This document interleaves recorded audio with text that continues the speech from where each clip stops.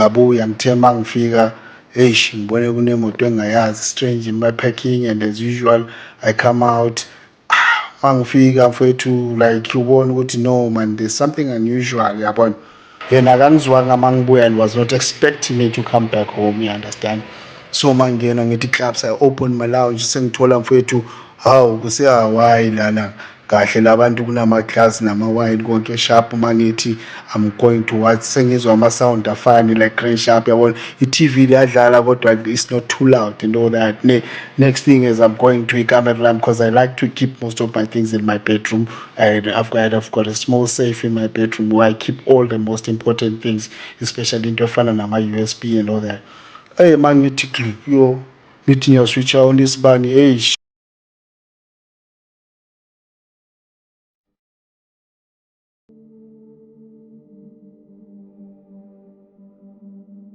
Ladies and gentlemen, welcome to Rumamanga TV. We are back with another episode. Namhlanje siniphathele ubhuti wethu kodwa uzozazisa yena. Bhuti wami kunjani? Yeah, sawona mfowethu. Ngiyaphila bhuti wami. Bhuti wami ngisacela ubingelele ababukeli bethu emakhaya uzazise ukuthi ubani nokuthi uphuma kuyiphi indawo.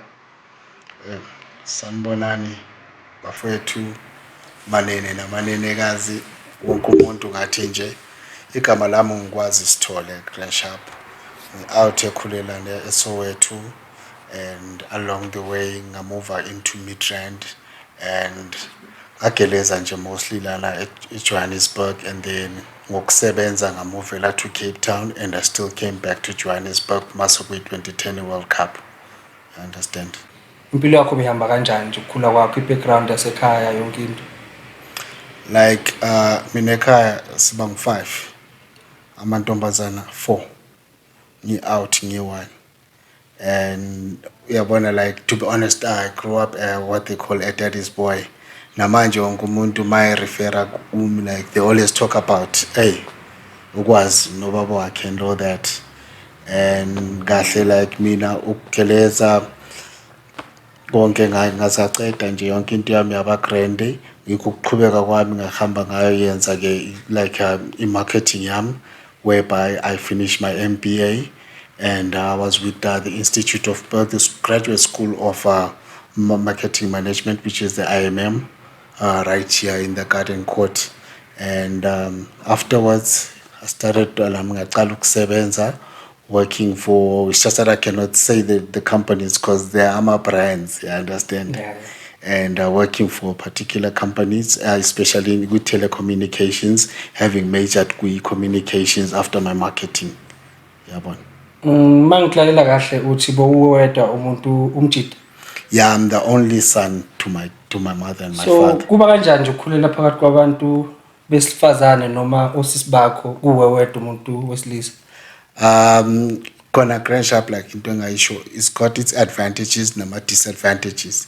I-advantage kuyukuthi when you're a bit older yabona, une-advantage yokuthi you get ukubaza amantombazana abhaya yabona. So wena akusekho difficult yabona ukuthi uzazise when it comes to amantombazana. Uyazi masingama-out isikhula sonke into esiyifensayo ukuthi umuntu abe ne-girlfriend enzwempu and naye akwazi ukushowa off emajideni. So bese easy le nto ukuthi I used to know a lot of my sister's friends who introduced me to their other friends yabona, and kube easy like mangifuna ukuthi like ngikhulume nomuntu ngikwazi ukuringa ne-young sister yami ngithi hey mfethu awunzame phela uhambe uyomkhulumela, iba njalo like. Then ukhula vele phakathi kamama nobaba? Yebo, itime lami nje lethethwa inkosi, it was in 2005. We lost my dad in a car accident. Ukuhamba isikhathi then wahlangana nomuntu othi uyamthanda?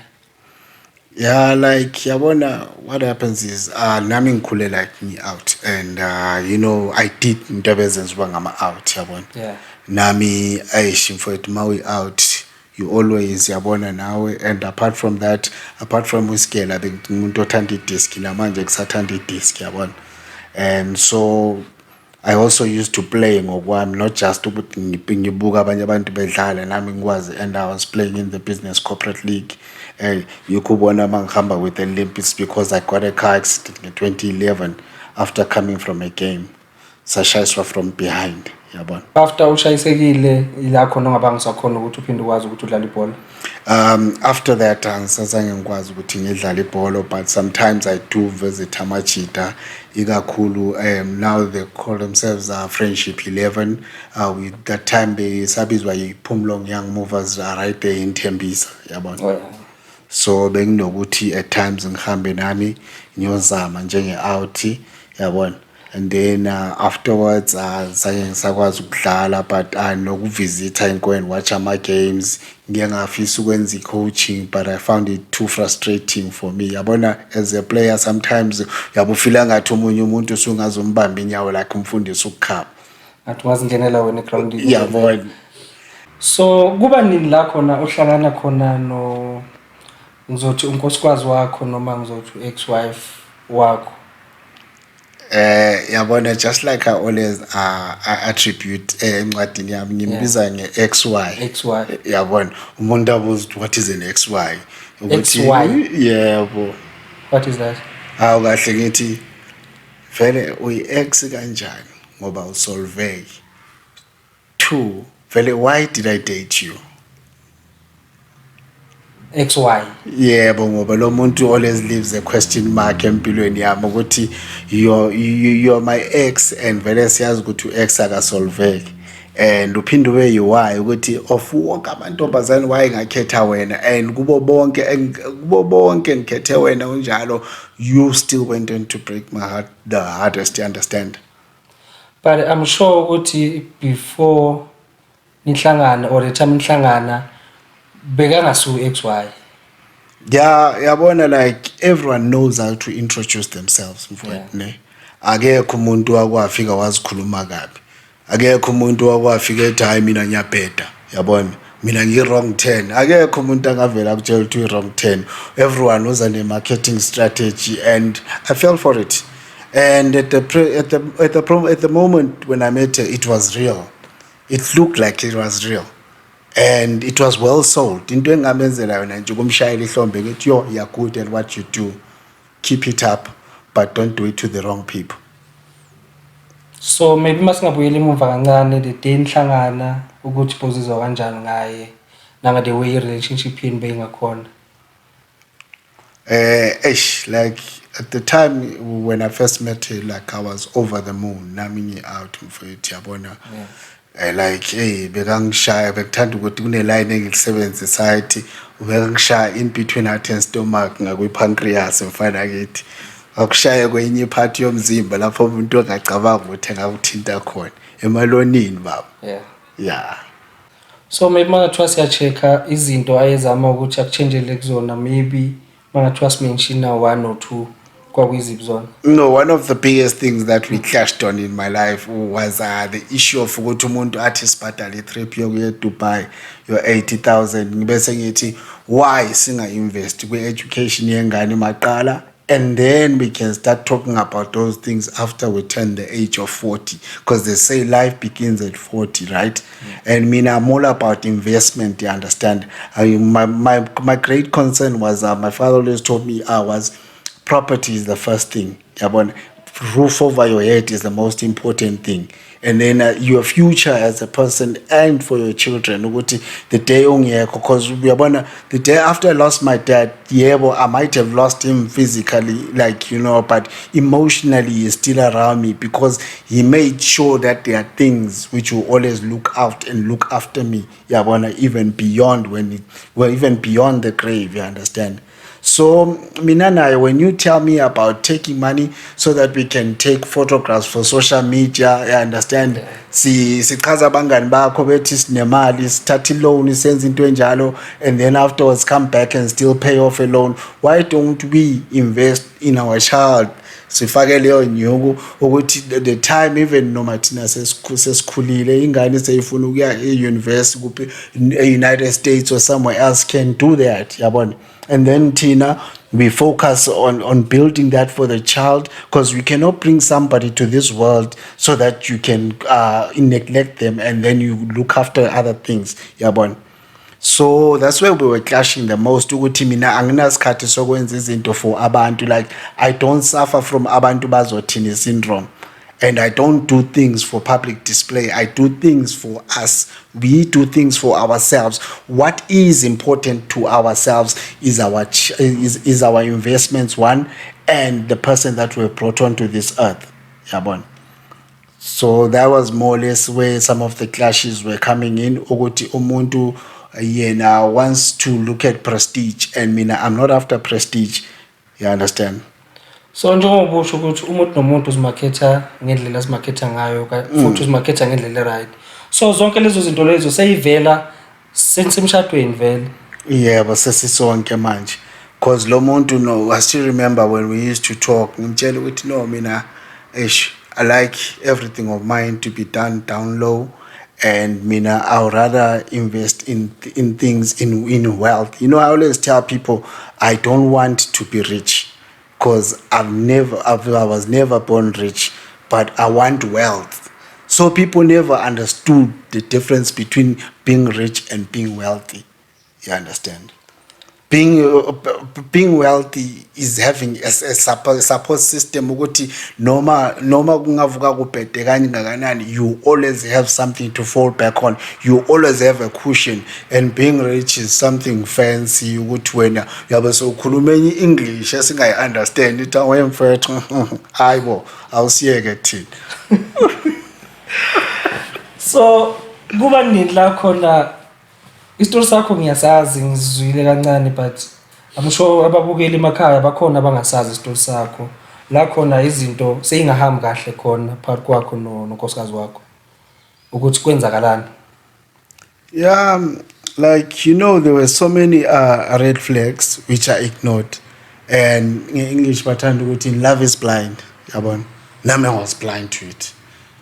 She really sold a good story to me, and when our son was born, everything was well. Yonke into ihamba kahle, and you know, next thing yabona, we were clashing here and there because of the nature of my job at that time. I was doing a lot of PR, you understand, and pushing a lot of people in entertainment, and at the same time I was running my marketing stuff, and at the same time I had a car wash business going on and all that. So I had a lot of things revolving around me. Sometimes you know, I follow the money. You know what I mean? Yeah. And more than anything else, as a guy, you have to be a provider. So Toluguti, I didn't even have, even namanje as we're talking, that's why I told you, I'm not schedule outing 7 to 9 to 5. Mina even at 3 a.m.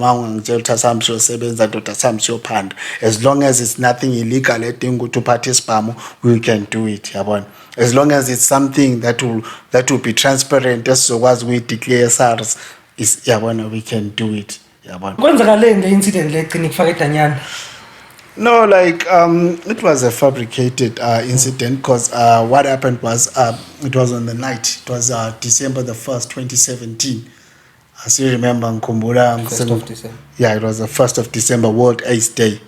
Ngapuma like as usual, and I think it was a Friday evening food. Like I remember ngihamba ngithi ayi ethi umuntu ayozama futhi try again yabona. Yeah. Hey kanti yo ayaphela mantshontshe emsamo. So next thing umuntu angitshela ukuthi no, they have an office party what uzo latanyana ngithi no, it's fine nami if you come late, because the children were sent ungani behambise kuphi kwi olady lakhe yabona. Sharp ngazi lo muntu okay le plan yakhe beka iplan la ehlela ukuthi no ingane maye kwi olady lakhe and everything. So Grand Sharp ayitshela ukuthi no, as usual lo muntu uzobuya after 12 or yabona after 12 or early in the morning, you understand, but ekwazi ukuthi what I'm going to do and wa checker wa plana yonke into yakhe kanti God was always telling me ukuthi no man, this person will never behave like this. Yakwazi ukuthi umuntu when they've got a substitute for you they start behaving in a particular way. Uyibuza ukuthi umuntu lona everything is a fight yabona, ukuthi umuntu sengalwela ukuthi why wena usuke ekamereni ungaqoka ngamaphaqa wa uhamba ngamakawusi phansi ngibani uzowasha lamakawusi yabona. So into enjalo, and so That's when as I go as usual, and I had to come back because I had forgotten my USB one is the stuff. Most of the stuff, whenever I manage the artist, I always look after the production myself. Ukwenza ukuthi kusasa singafiki endaweni, and now we have got nothing to showcase, you understand? So almost all the equipment used to stay with me. So thatha equipment as usual, but I forgot a few things. But bengakahambi ibanga elide, like I wasn't too far yabona ukuthi I couldn't make a U-turn and come back. Ngabuya ngithe mangifika ngibone kunemoto engayazi strange in my parking, and as usual I come out. Mangifika mfethu, like ubone ukuthi no man, there's something unusual yabona. So like mangvula, like uthola ukuthi even the door was unlocked, something which I don't like doing. Mina mfethu, I never leave. It's either I lock the burglar or I lock the main door itself. Ngabona ukuthi no man, there's something unusual here. Yena akangizwanga mangibuya and was not expecting me to come back home, you understand? So mangena ngithi clubs, I open my lounge, sengithola mfethu hawu kuse Hawaii lana. Kahle labantu kunama class nama wine konke sharp mangithi I'm going towards sengizwa ama sound afani like Green Sharp yabona iTV liyadlala kodwa it's not too loud and all that. Next thing is I'm going to camera lamp because I like to keep most of my things in my bedroom. I've got a small safe in my bedroom where I keep all the most important things, especially into efana nama USB and all that. Mangithi clip yo ngithi ngiya switch on isibani kuba nesiphithiphithi abantu abagijima bayabaleka bengagqokile. Then moba fika endlini ubathola endlini wa reacta kanjani towards yonke lento leyo uyithola endlini yenzeka? Obviously mfethu, the first thing now we are shout, I understand that you gonna like uyabona, since this is like a family show angeke ngiwesho amagama exactly how I said them, you understand? Uvela ukhuluma abo next thing kuba nesiphithiphithi like yabona abantu maba reacta bethola ukuthi and there was pushing and shoving, you understand?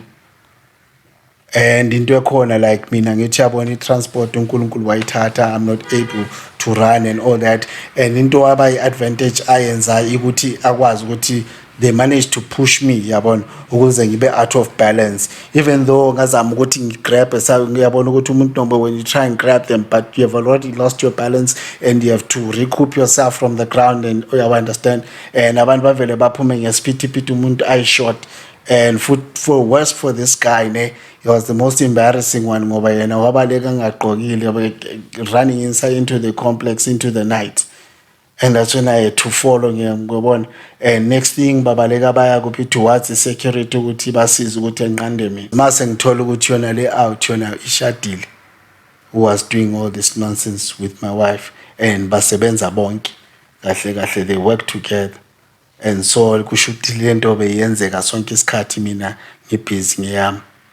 So layout uyaqala wona ukuyibona kwakho? No, second time ngoba yafika ebuqaleni ngaze ngakhuza ngathi no layout inokunyatha nokudelela kancane, ngicela please umtshele ngaphindezelana or else uzosithola so ngibona ukuthi okay beyifuna ukungeja bengathi nje okay sebeseyibona seyibhizi seyicabanga ukuthi mhlawumbe ngilahlile ngiyibhari yabona. Ngibona mina ngihlezi ngifocus ngengane yami, and more than anything else like at that time yabona mina naye bekusele attention ukuthi I'm like yabona I was now in it for the children yabona, bengasekho lapho kodwa just because for ingane yami I would do anything. Sometimes yabona ingane noma ikhula like noma ungabheka ama show afana nekhumbulo ekhaya, ingane will always ask the parent ukuthi what did you do, you understand? Yabona, so nami bengifuna ukuthi ngibe nempendulo ngithi yabona mfana wami, I had to go through some nonsense for you to be okay. Namanje ngiyakwazi ukuthi ingane yami noma seyikhulile. That's when I went on to do the book as something ukuthi I'll always write. Maybe like I never thought ukuthi I'll live up to this day yabona. Because stress ebenginaso namanje ngiphuza chronic medication like yabona, so like sometimes ikhanda linokuduma like yabona, so uzongathi so uyahlanya yabona. And when you come to think about it uthola ukuthi umuntu no lendelelo is beyond ukudelela yabona, kunokudelela and then kunokudelela okuphinde kathathu ka 1000 yabona. Kwesinye isikhathi ngize ngifisa ukwenza something drastic kodwa due to the fact ukuthi nginengane nginabazali nginabantu who look up to me, nginabashana, I understand. And sometimes ukuthi you need to know the consequences of what you're going to do. If it was not because of the consequences, to be honest with you, if benginamandla kaNkulunkulu ngabe kunento okudala engayenzayo, kodwa anginawo amandla kaNkulunkulu, kodwa one day ngiyazi ukuthi wami uNkulunkulu kadakwa akaze evuke nepapalaza futhi uzoyilungisa lento. Mabebaleka becela usizo sikwi-security nalo wakho ubaleka naye uhamba naye Babaleka like besihlale complexini, you understand? naye lo mjidi uhlala la Cha akahlali lapho lo ubuye from ngaphandle. Yeah. So like mababaleka baya eguard room, yabona. So yikho ukuthi like labantu ngilandele sengiyocheck ukuthi no kwenzakalani lana, because le out yona iyabaleka that direction, lo nayo baleka this direction, yabona. Ba separate ngiyafika lana kwe security, lona ucashe emva kwe security, hey please ngicela umnqande ngicela ukhuze le security kukubiza kwalo i backup, lona ubhizi uyabaleka ngoba yazi ukuthi angikwazi ukumgijimisa, angikwazi ukugijima kahle kahle, I can't run because of my leg. Ngokufisa kwami ngaye ngifisa ukuthi ngabe mhlawumbe nginesikhali noma isitina nyana ngisiphonse, kodwa like you can't throw rocks ngoba it's a complex 1 2 there are windows all over and you can't, you understand. So even though like mfethu bengifuma ngiwani yakubona like mfethu when you're smoking, you understand, like you know you're at boiling point mfethu, but there are so many things restricting you, and then that's when you think ukuthi eish, maybe God was preparing me for this, ukuthi I would have done something drastic. Ngabe sikhuluma namhlanje maybe I'm in prison for a murder, you understand. To be honest, had I had the transport ngikwazi ukugijima, I think somebody would have died, but that wouldn't be me, someone else would have been dead. But it's so unfortunate ukuthi I couldn't run, and it's so fortunate that I didn't do that. And yeah, understand ukuthi I would be a bad person umphakathini. I would have perpetrated the wrong things. I would have done things that I am totally against, stuff that I stand against, because I don't believe in violence. I believe fighting is for animals, and I believe ukuthi umuntu mase ukhathele nguye uyamxolisa uthi please, you understand. I don't believe in fighting, and I don't believe ukuthi like I should fight at any stage of my life. And especially striking a woman. I'm a guy who was brought up by a mother, and I'm a guy with sisters, and I wouldn't think ukuthi mina ngafisa ukuthi ngenze into enjalo emuntwini wesimami, nami nginabo sisi bami ngikwazi ukuthi their husbands will also feel ukuthi sebengakhona ukuyichuna lento kuma sisters wami, yabona. But at the time I was angry, umuntu ebengimfuna kakhulu ile out, yabona, ukuthi amadoda ayiphele siqede njengama out. so kuza kanjani la ugcina khona manje sewusedanyani sewuyaboshwa kwenzakalani? No, on the night bafonela i-backup security kwabo i-backup security bona belokhe bebhizi bangirestricta. After that kwafonelwa amaphoyisa kwabuya ama-van i2 lo out. In fact the time kungena i-van ye-backup, like ubekaphekha imoto outside outside the complex itself, and he had managed ngoba he ran away naked, wabaleka. I think wangena emotweni wakubaleka kwakhe makufika i-backup ye-security. From there like there was commotion kwaze kwabizwa amaphoyisa attended to the scene. That's when they wanted to control the scene, sebafuna uku-understand ukuthi hey sis this and this and this, and then ukata nayo yabatshela ukuthi no, like lo mjidi ukhuluma ivar lento it happened, and the out he managed to run away and all that, yabona. Because la out he ran into the night bengakwazi ukuthi ngimgijimise and everything. And even namanje nokuhlala ngiwani ngicabanga ukuthi but ngiphinde ngizikhuze ngithi how will it benefit my child, how will it benefit me, how will another criminal record make me a better person, you understand.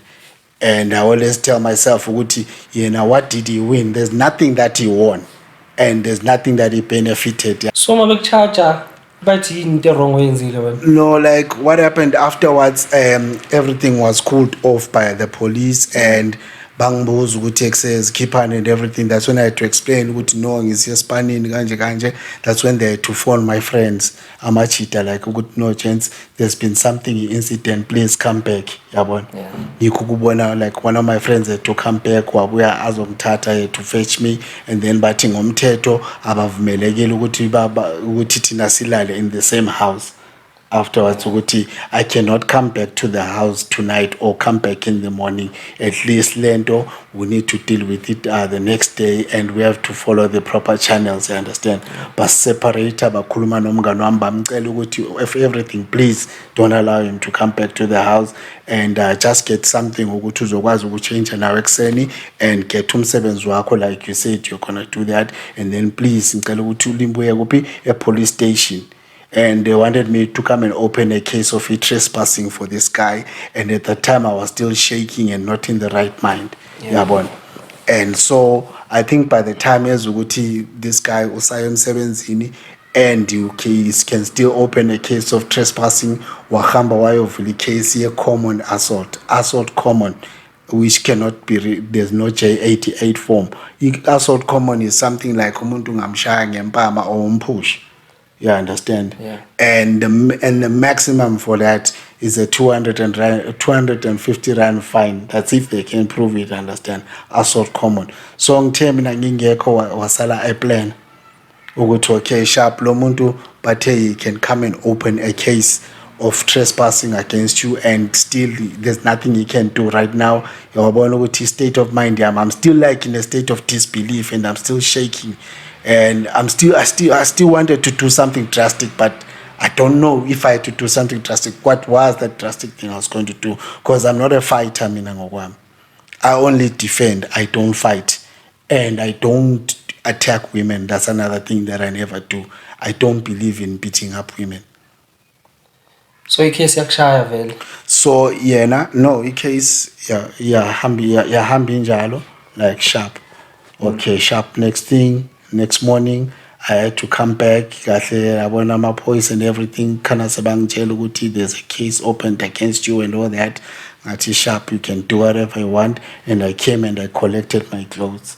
Yabona. Ngathatha impahla zami, like I needed a couple of things and more other things that I needed to work with. Khana bangitshela ukuthi you cannot be nibe in what you cannot ukuthi nihlale nonke since sekavule in a case for you and all that. So, but it's fine, come and collect your stuff. And I was given an opportunity to collect stuff, sharp. And like that was Uguti. And the previous night, really, I had called their parents, Ngabachela Lentolen. Ngababuza ukuthi yinto le ababayicele for inkomo, the cows that they were asking for, beyinto ababayicelelana le nonsense le ayithunwile ngani, you understand? And yabona, just needed to be away from anything and everything, yabona, because uSatan belokhu enhlebela amaqhinga, yabona. And nokakhuluma ethi nomfana, yabona uSatan yakukhohlisa mfethu, yakwenza isinonsense, kodwa you have to be strong, yabona. And because in life, you can never blame Satan for everything. Sometimes you have got to be a man about things and make your own decisions. In as much as you need to make your own decisions as a man. Now we order manje ngiyabona ukuthi unencwadi oyibhalile. So le ncwadi uyibhala after yonke lento lesiyenzekile laphana. Yini le kwenza ukuthi ugcine ubhala le ncwadi le? Like uma ngapointer out, ne? Because everything is written, because what I had to use was what we call a nom kere, right? If you know, there are people like Chris, and you know that does not Chris is not his real name, you know that. No. His real name is Tembegile Martin Hani, right? And you know, good even about Malcolm X is not using his own name. Even Muhammad Ali is Cassius Clay. And even you know that Tupac is Lesani Crooks, is not Tupac Shakur. So like when you use your pseudonym and your combat name. So basically like Lenwati is actually a letter to my son. Yabon.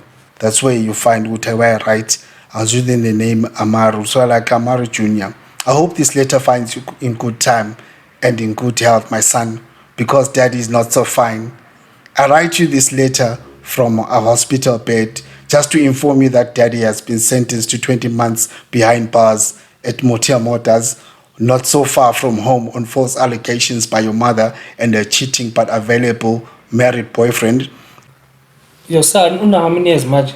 He's 10 now. Ukuwamfundisa le ncwadi. No, he hasn't read it. He's still waiting for him. Mhlambe ungathini ekhaya kumuntu mhlambe ongayithola esesimeni sakho the way wena wa react ngakhona. So, like, to be honest, you can never prepare anyone for this. Yeah. And it's not something I practice. When the time comes, I'm going to be able to know how to react. No one will know how to react in this situation. And Nami, it's not because I knew what I was doing when I was reacting. It was because of the moment. That's how things panned out. And I feel like it's my destiny, you understand? And my book, if you want a copy, you can get in touch with me by my email address. The email address yami is Gwazi, which is KWAZI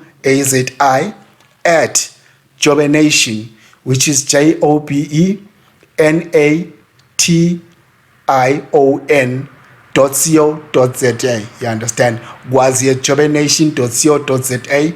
Or Noma, you can get in touch on my number, WhatsApp and all that, which is 071 985 2814.